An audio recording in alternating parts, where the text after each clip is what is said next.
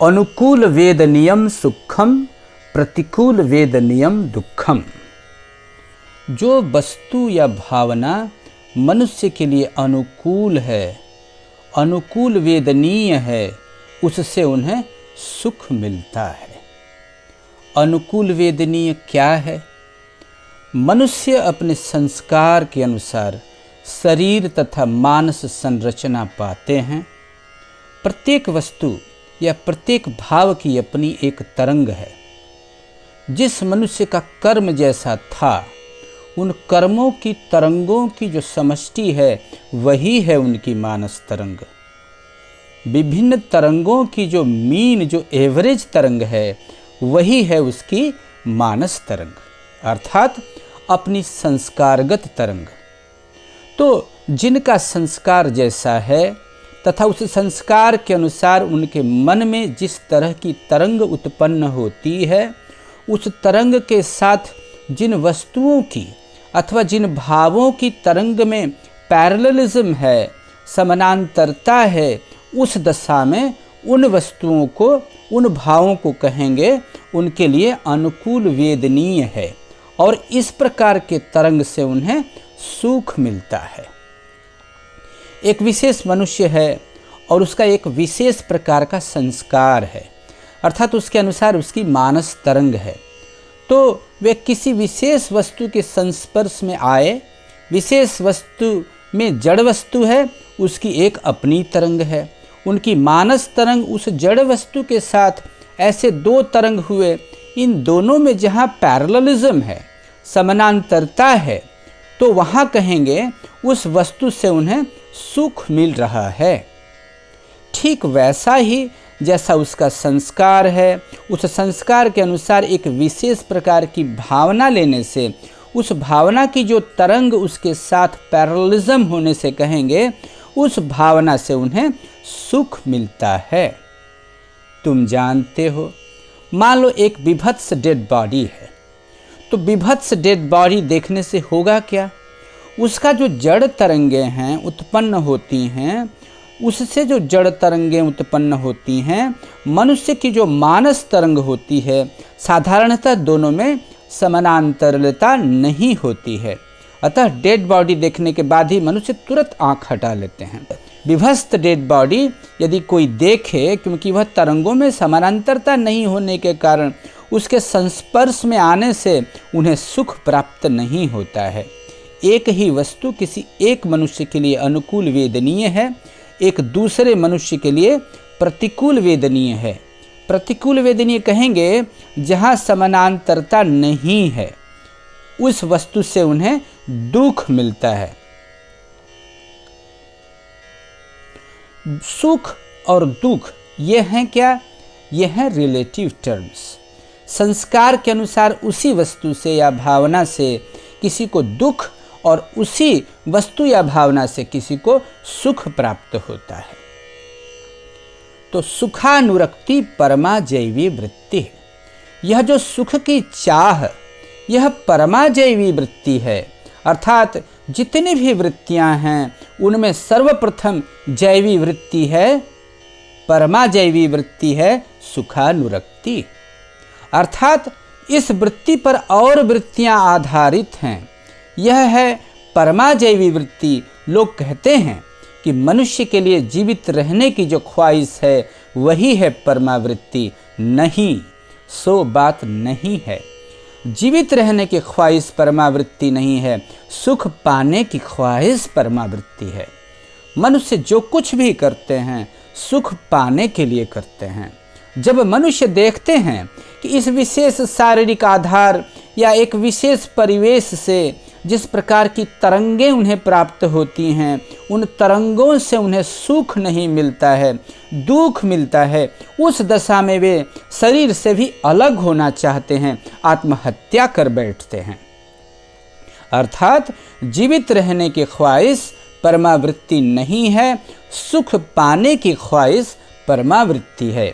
जहाँ मनुष्य देखते हैं इस अवस्था में उन्हें जीवित रहने से सुख नहीं मिल रहा, न जीवित रहने से उन्हें दुख मिल रहा है, उस दशा में, उस प्रकार की मानसिक अवस्था में मनुष्य आत्महत्या कर बैठते हैं। तो मनुष्य की परमावृत्ति है सुखानुरक्ति, सुख की ओर दौड़ना। सुखं वांछति सर्वो हि तच्च धर्म समद्भुतः, तस्मात् धर्मः सदा कार्यः सर्ववर्णैः प्रयत्नतः। अर्थात प्रत्येक जीव, प्रत्येक मनुष्य सुख का प्रत्याशी है।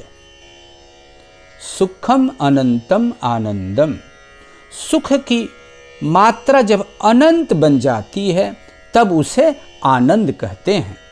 तुम्हें मालूम है कि प्रत्येक वस्तु की अपनी अपनी तरंगें हैं और हर तरंग की अपनी तरंग दीर्घता है, वेवलेंथ है।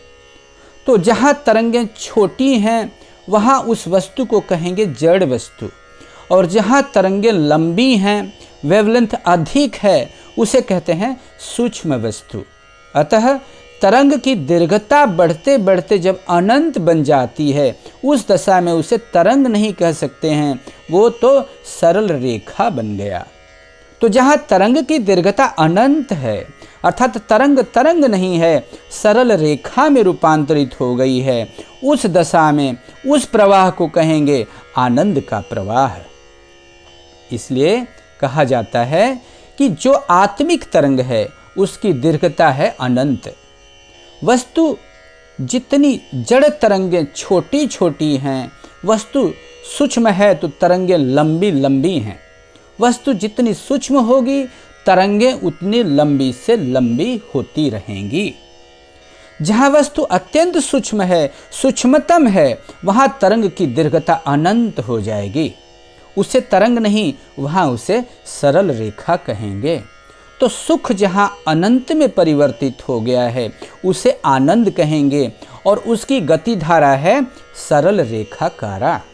तो सुख जहाँ अनंत में परिवर्तित हो गया है उसे आनंद कहेंगे, और उसकी गति धारा है सरल रेखाकारा। इसलिए कहा जाता है कि आत्मिक प्रवाह सरल रेखाकार है। मानस प्रवाह में तरंगें हैं, आत्मिक प्रवाह में तरंगें नहीं होंगी, वह सरल रेखाकार है। सुखम अनंतम आनंदम। मनुष्य की साधना क्या है? मनुष्य की जो भावनाएं हैं, भावनाएं क्या हैं? तरंगाकारा हैं।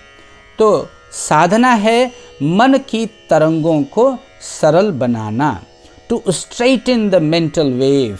यह जो मानस प्रवाह को सरल रेखा में रूपांतरित करना है, यह कैसे संभव है? न मन का एक गुण है, विशेष गुण है, विशेष धर्म क्या है कि उसका भाव्य जैसा होता है, उसका ऑब्जेक्ट ऑफ आइडिएशन जैसा होता है, वह खुद वैसा बन जाता है। तो जहाँ मनुष्य का ध्येय, मनुष्य का ऑब्जेक्ट ऑफ आइडिएशन है चरम सूक्ष्म परमात्मा, वहाँ क्या होगा? परमात्मा की तरंग क्या है? सरल रेखाकारा है। तो मानस तरंग धीरे धीरे सरल रेखा में रूपांतरित हो जाएगी। तो सुखम अनंतम आनंदम, उसी दशा में सुख को आनंद कहेंगे। लौकिक जगत में वक्र रेखाओं के द्वारा आनंद प्राप्ति नहीं हो सकती है। आनंदम ब्रह्म इत्याहु। यह जो आनंद है, अर्थात जिसका प्रवाह सरल रेखाकारा है, उसे ब्रह्म कहते हैं।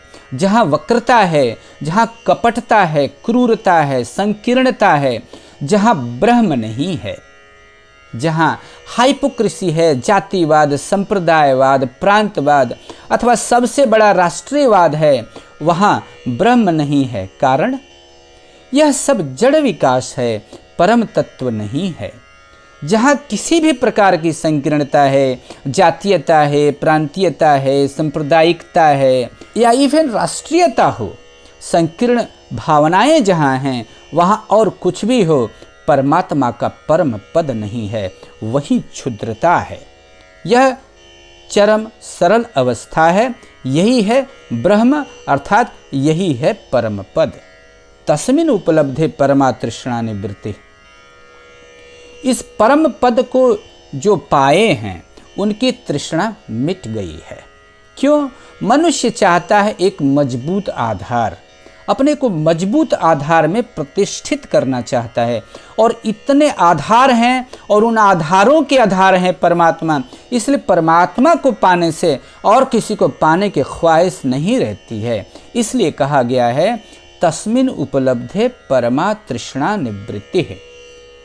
एक और बात है, दुनिया में जितने अभी प्रकाश हैं, जितनी तरंगें हैं, उन सबों की उत्पत्ति एक मूल बिंदु से है, जिसे हम विश्व ब्रह्मांड के न्यूक्लियस कह सकते हैं, विश्व ब्रह्मांड के प्राण केंद्र कह सकते हैं। जितनी तरंगें हैं, उन तरंगों का जन्म जिस बिंदु में है, जिस बिंदु से है, वे बिंदु हैं उन तरंगों के मूल आधार। वो बिंदु नहीं रहने से तरंगें टिक नहीं सकती हैं। वह जो बिंदु हैं वह हैं क्या? वो हैं witnessing entity, supreme subjectivity of the expressed objective universe. और यह बिंदु विटनेसिंग एंटिटी होने के कारण, कॉग्निटिव एंटिटी होने के कारण वो क्या हैं? वो निष्कल हैं, परम पद हैं और उसकी गति है सरल रेखाकारा। तो उन्हें प्राप्त करने से, उनमें प्रतिष्ठित होने से होता है क्या? सभी तरंगों का उत्स उस एक विशेष बिंदु से हुआ है, तो जितनी तरंगें हैं सब उन पर आधारित हो जाती हैं। अतः उनमें प्रतिष्ठित होने से, उनमें प्रतिष्ठित होने पर और किसी में प्रतिष्ठित होने की ख्वाहिश नहीं रहती है। इसीलिए कहा गया है तस्मिन् उपलब्धे परमा तृष्णा निवृत्ति। मनुष्य अपनी तृष्णा को मिटाने के लिए क्या करते हैं? विभिन्न वस्तुओं को पाने की कोशिश करते हैं। वस्तुओं को माने किसी प्रकार की तारंगिक अभिव्यक्ति को पाने की कोशिश करते हैं, जिस मूल बिंदु में प्रतिष्ठित होने से सभी तरंगें उनमें आधारित हो जाती हैं। वहाँ किसी विशेष तरंग को पाने के लिए किसी विशेष प्रचेष्टा की ज़रूरत नहीं रहती है। इसलिए परमा तृष्णा निवृत्ति होती है। बृहद एषणा प्राणिधानम च धर्मः। यह जो परम ब्रह्म हैं, यह जो परम पद हैं, निष्कल हैं, ये हैं बृहद, और बृहद होने के कारण लोग उन्हें ब्रह्म कहते हैं। ब्रह्म माने क्या है? बृहत्वाद ब्रह्म, बृहनत्वाद ब्रह्म। इन्हें ब्रह्म कहते हैं क्योंकि वे बृहद हैं। उन्हें बृहद कहते हैं इसलिए कि वे बृहनत्वाद हैं, बृहनवाद हैं, दूसरों को बड़ा बनाते हैं, खुद बड़े हैं। और इतना ही नहीं, इनमें एक और खूबी है। खूबी क्या है? न कि इनकी भावना लेने से और लोग भी बड़ा बनता है। ये बड़े खुद हैं और दूसरों को भी बड़ा बनाते हैं। उन खूबियों के कारण इन्हें ब्रह्म कहते हैं। तो बृहद एषणा प्राणिधानम च धर्म। ये जो बृहद हैं, ये जो ब्रह्म हैं, इनकी ऐषणा, ऐषणा माने इच्छा के साथ कर्म तत्परता। किसी पर्टिकुलर मान लो विषय है, विषय को पाने की कोई इच्छा है, विषय को पाने की इच्छा मान लो तुम्हें है, उसे ऐषणा नहीं कहेंगे। जहाँ इच्छा है और पाने के लिए तुम सचेष्ट भी हो, हाथ पैर से काम भी करते हो, मेहनत भी करते हो उसे पाने के लिए, उस दशा में उस विशेष प्रकार की इच्छा को ऐषणा कहेंगे। जगत हित की ऐषणा को हितैषणा कहते हैं। बृहद ऐषणा, बृहद को पाने की इच्छा और उसे पाने के लिए चेष्टा जहाँ है वह है बृहद ऐषणा। और प्राणिधान किसको कहते हैं? प्रणिधान। प्राणिधान एक अद्भुत शब्द है। किसी विषय की ओर जब मन दौड़ रहा है और दौड़ते दौड़ते मन एकाग्र हो गया, मन जब अग्रया हो गया अर्थात पॉइंटेड हो गया, मन जब पॉइंटेड हो जाता है तो संस्कृत में उसे अग्रया बुद्धि कहते हैं। एक विशेष वस्तु की भावना लेते लेते मन की सारी वृत्तियां, मन में जितनी वृत्तियां हैं, जब एकाग्र होकर एक विशेष पॉइंट में आ गया उसे अग्रया बुद्धि कहते हैं। पॉइंट में आ जाने के बाद क्या होता है? नेक्स्ट स्टेज क्या है? इनका जो ध्येय है, या उसी में मन सस्पेंडेड हो जाता है, उसी में मन समाविष्ट हो जाता है।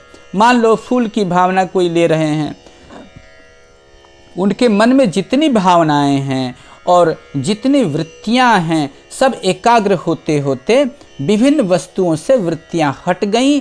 हटते हटते एक पॉइंट में मन की सारी वृत्तियां एक बिंदु में आ जाती हैं। उस पॉइंट के सामने रहता है केवल सिर्फ फूल।